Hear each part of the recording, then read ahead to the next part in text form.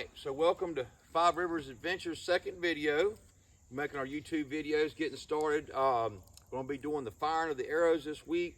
We're going to put feathers on them and get to putting an arrowhead on it. So we'll have a finished shaft.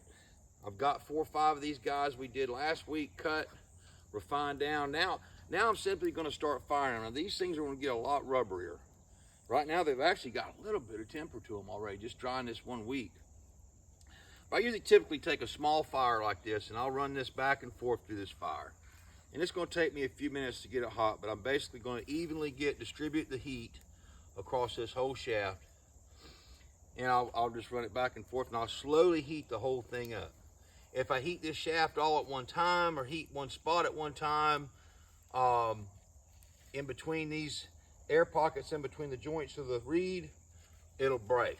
It'll explode. It'll actually make a boom. But and if we see that happen, then I made a mistake. But once I get it heated up, it's already starting to take heat right there. Then I'll start slowly straightening my shaft. When I get done with this, it should look like a pool stick. Now another way of doing this when you get a real bad crook or a dog leg in it like this, you simply lock it behind your leg like they did the longbow. They would sit it here like this, like cocking a longbow, put this leg in front, like this, and then just put a little pressure. This is also how they thatch the longbow, which we'll be doing later on in the fall. Okay, so I'm gonna do a little heating and straightening, and then come back to you shortly. Okay, these are flight feathers off of turkey, domestic turkey actually. What we're going to do is we're just going to trim down the center of it and lighten it up. We'll come right down the center with this knife, this X-Acto knife. We'll come right down the center like this. You just kind of take your time. What that does is that'll lighten this feather up. There's a little groove to go by. When you get down toward the end of the feather, it gets a little more meticulous. And when you get down toward the very end, sometimes you just go ahead and leave what's on there. But you'll see I've just kind of slightly splitting it in half, like this. And then we'll cut our flight pieces out. Okay, now what I'll do with this guy is I'll come along and I'll trim it. And we're going to go along and make some with some all Native American tooling during the winter. But right now I got to have some flight feathers to put on these arrows. I'm trying to make this as quick as possible. So I'll do like this.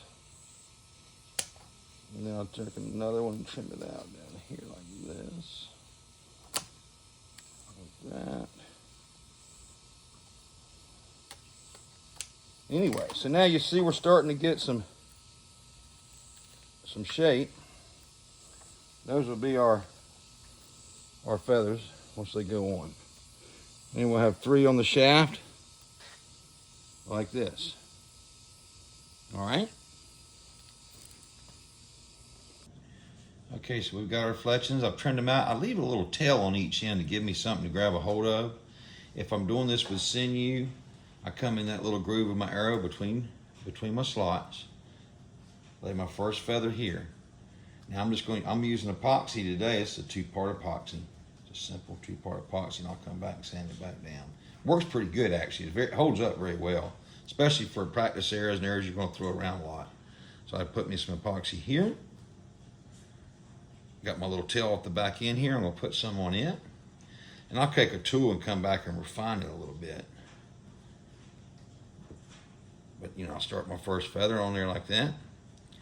Then we'll do the same thing over on the other side. We'll add another one over here like that. And then there'll be one up here.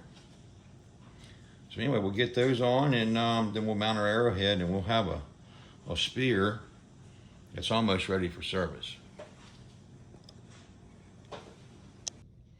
So this is my typical insert that I do. I cut it where the point can insert like this on both sides. I like it to hit right here at the joint. Now this arrowhead here is actually called a Columbia if you found it in North Florida where I'm located. And not typically an out point, just one I had sitting here and one we're going to put in it. A lot of times these are actually used on the bow. but this one here is a little thick. Guy wasn't that great. So we're gonna put on here and use it to practice with.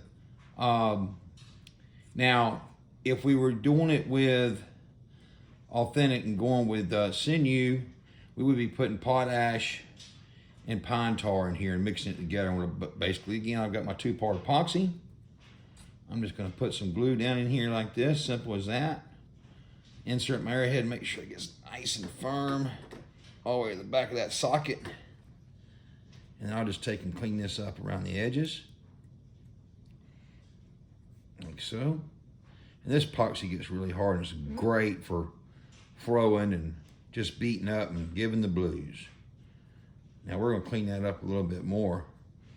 Now, again, if I were doing it traditional way, which we are gonna do some traditional, I'm just trying to get a few practice errors going again and something that can hold a good beating, and this will.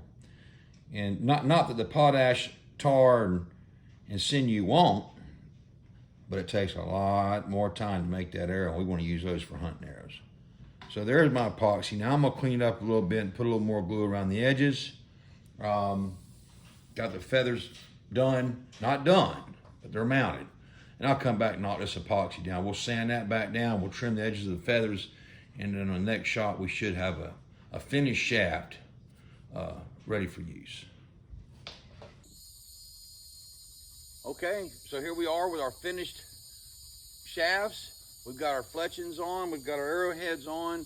I've done everything but a little bit of trimming and some burnishing to the arrows, which we'll do on next week's videos. But we have arrows and they're ready for flight. So if you like what you see, go to our YouTube channel and give us a like, or subscribe to our channel and come back and see us at 5 Rivers Adventures.